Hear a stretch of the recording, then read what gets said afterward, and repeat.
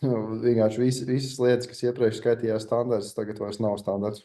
Tā ietekme ir neizmērojami liela salīdzinot ar kaut kādām iepriekšējām tehnoloģijām. Tā kā par nožēlu nav bijis tā, ka pēdējos 2 gadus, ka ir kaut kas virzījies uz sakārtotību, ir tieši otrādi, ir atstāts viss pašplūsmā, un rezultātā tagad tā problēma ir vēl vairāk samilzus. Cik es runāju ar skolotājiem visos līmeņos, tur sākot pat no pamatskolām, vidusskolām, protams, kā augstskolās un universitātēs, visi saskarās ar to, ka viņiem pašiem ir jādomā veidi, kā dzīvot mākslīgā intelekta laikmetā, kā tādā laikmetā pasniegt materiālu, panākt, ka skolnieki kaut ko iemācās. Jo visa sistēma ir atstāta pa vecam un centralizēti netiek nekas risināts pašlaik. Tagad, ja tu apskaties, ir tāds mājaslapa, kas saka, kur lielajiem valodas modeļiem dod IQ testus, un tad visi mākslas modeļi sasniedz jau virs 130 IQ, kas ir lielāks nekā vidējam cilvēkam. Un rezultāts ir tāds, ka mums tagad izglītības sistēmā ir iedots milzu kalkulators. Tā kā iedomājieties, jums mācītu 2. klasē reizrēķinu, un jums visiem skolniekiem ir kalkulators, un saka, drīkst lietot. Un pēc tam ir eksāmens, un eksāmenā noņem nost kalkulatoru. Un acīm redzot, tad visi saņem viennieku vai nulli. Jo visi ir iemācījušies, kurā vietā ir reizināšanas poga, un neko citu nav iemācījušies. Mums ir tagad iedots milzu kalkulators, milzu valodas kalkulators, zināšanu kalkulators, kur nav jādomā līdzi. Arī vaicājuma inženierija nav nekāda raķešu zinātne. Viņi var 2 stundās iemācīties pareizi darīt. Un, attiecīgi, nav nekādas tur jāmāca, kā izmantot mākslīgo intelektu. Tas ir tāpat kā mācīt, kā izmantot uz kalkulātoru uzspiest pogas. Bet tas, kas ir jādara, ir pamatzināšanas jāmāca un jāmāca citādākā veidā kā līdz šim, jo kā līdz šim vairs nevar. Un tad būtībā man neredz saka, ka tagad mākslīgais intelekts visiem jāmāca kritiskā domāšana. Kritisko domāšanu nevar atdalīt no pamatzināšanām. Tu nevari tā kā muļķim iemācīt būt kritiski domājošam. Un, ja visi mācās ar kalkulatoru, visi iemācās būt muļķi būtībā. Un tad ir jautājums, tas pat ir īstenībā dokumentēts. Tur Jēlas universitāte, piemēram, ir dokumentējusi tādu zinātnisku terminu kā zināšanu ilūzija. Tas vēl bija, man liekas, 2010. gadi, 2000. gadi, kad viņi ar Google tā kā meklētājā cilvēks pētīja, ka viņi tur kaut ko atrod, un tad viņi domā, ka viņi zina, un tad, kad viņiem rodās problēma, viņi īstenībā nezina. Un tad tagad tas valodas kalkulators ir daudz jaudīgāks. Viņš var radīt tādu ilūziju, ka tu visu zini, bet īstenībā pilnīgi neko nezini. Un tad ir jautājums, kā mainīt to veidu, kā mācīties. Tad, kad es gribu kaut ko iemācīties, tad es lietoju. Es nelietoju mākslīgā intelekta, tur pieņemsim rīkus, kas man ātri palīdz sagatavot atskaites. Es piemēram, lasu grāmatas vai arī, ja man būtu, tad es lietotu kaut kādu mākslīgā intelekta skolotāju, kur ir reāli tāda rīka jau eksistē, kas nevis tev dod atbildes, bet uzdod jautājumus tev pašam, pārbauda, kā tu uz viņiem atbildi, palīdz paskaidrot, neiedodot rezultātu. Līdzīgi sakot, arī tagad Igaunija sāk ar OpenAI projektu septembrī. Es diezgan droši, ka viņi nedos vienkārši skolniekiem ar kalkulātoru, viņi iedos skolniekiem tā kā skolotāja klonus, tā teikt. Sanāk, ka tu vari skolotājs var klasē, piemēram, ievadīt tajā sistēmā vielu un nodefinēt kaut kādas tās vadlīnijas, un tad pirmos jautājumus paņem visiem skolniekiem šī sistēma, un pēc tam tikai reālam fiziskam skolotājiem. Katram ir privātais skolotājs mākslīgā intelekta palīdzība. Tas būtu tāds pareizais virziens, bet nepareizais virziens ir tas, ka turpinām pa vecam uzdodam mājas darbus, un mājās tad pat vislabākie skolnieki tāpat visu pārbauda vai pāraksta ar roku no ChatGPT. Tā kā, teiksim, mājas darbi ir pilnībā aizgājis vilciens. Tur vien nav kādu digitālo platformu, kas kaut ko pārbaudīs vai ko liksi. Tas ir aizgājis vilciens, un tur būtībā ir vajadzīgs mainīt to, ka nav nekādu mājas darbu vairāk. Ir ir līdzīgi varbūt tā kā Somijā, ka tev ir garākas tur stundas vai citādāks mācību process un pārbaudas arī ir citādāks. Nav nekādi tur digitālie testi mājās, ko tu tur saspaidi ar ChatGPT uz 10.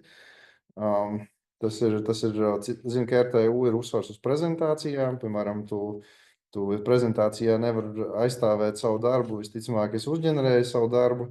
Tāpat arī ir zudusi jēga gariem darbiem. Kādreiz tev gari darbi varēja raksturot, cik tu esi intelektuāli spējīgs vai zinošs par tēmu.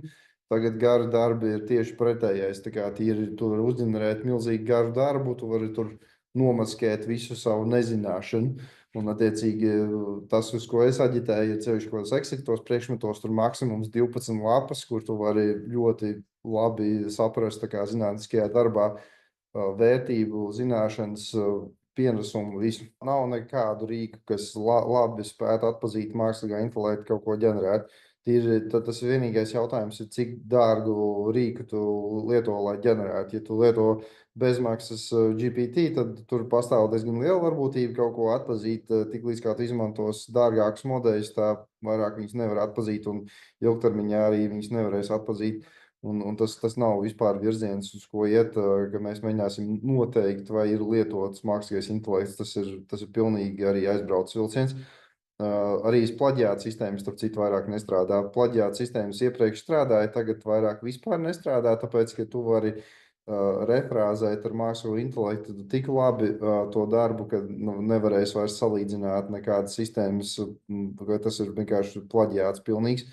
Un tad pārbaudas darbi, viņi var būt digitāli, ja tas notiek klasē, kur būtībā tas ir kontrolētā vidē, kur tu nevari izmantot tos mākslīgā intelekta rīkus, lai ģenerētu atbildes, jo mēs gribam attīstīt pamatzināšanas, nevis tavas spējas atrast kalkulātoru pogu.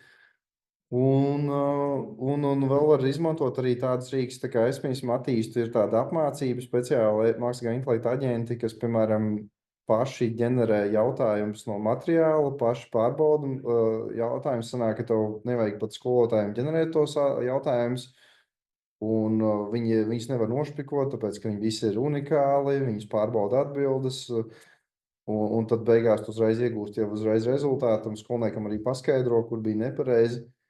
Tikai tā ir tagadne, kā to risināt. Tas ir ļoti riskants jautājums domāt, prognozēt, ko mākslīgais intelekts nevarēs aizstāt, tāpēc, ka visas iepriekšējās prognozes, tur Goldman Sachs, Forrester, visādi nopietnu biznesa analītikas uzņēmumu, McKinsey's vēl citi rāda, pēc kā tas, piemēram, ir apsties 5 gadus apkārt, viņi domāja, ka nevarēs aizstāt juristus, ārstus, programmētājus, skolotājus. Tagad pēkšņi izrādās, ka programmētājus var ļoti labi aizstāt, ārstus, juristus arī var aizstāt. Tur, piemēram, šogad bija pētījums, ka tagad, ka katru iepriekšējo gadu bija tā, ka ChatGPT ar ārstu ir labāks, tagad ir tikai ChatGPT labāks.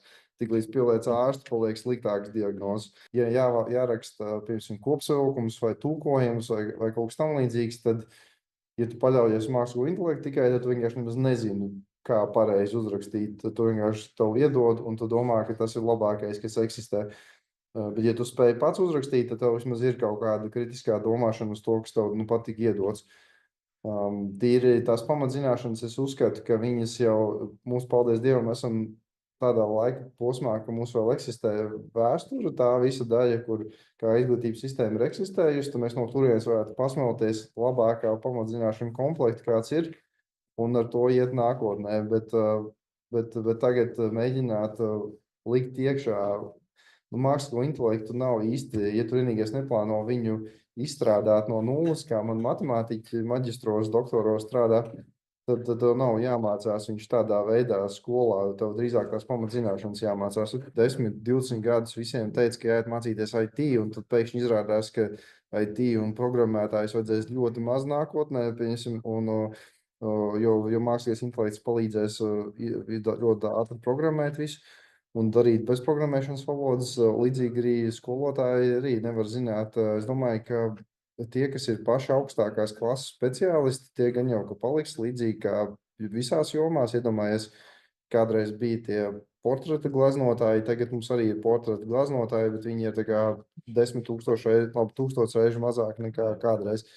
Un paliek tikai labākie, piemēram, tādā optimālā situācijā. Un līdzīgi, es domāju, arī skolotājiem, un skolotāji iespējams, ka mums arī pietrūkst skolotāji, ja pareizi to sistēmu realizētu, tad būtu tā, ka tev, tur viens skolotājs var uzreiz mācīt vairākas klases, tas ir pirmais etaps, vēlāk jau varbūt vairākas skolas, viņš vienkārši apkalpo savus tos aģentus, kas māca skolniekus.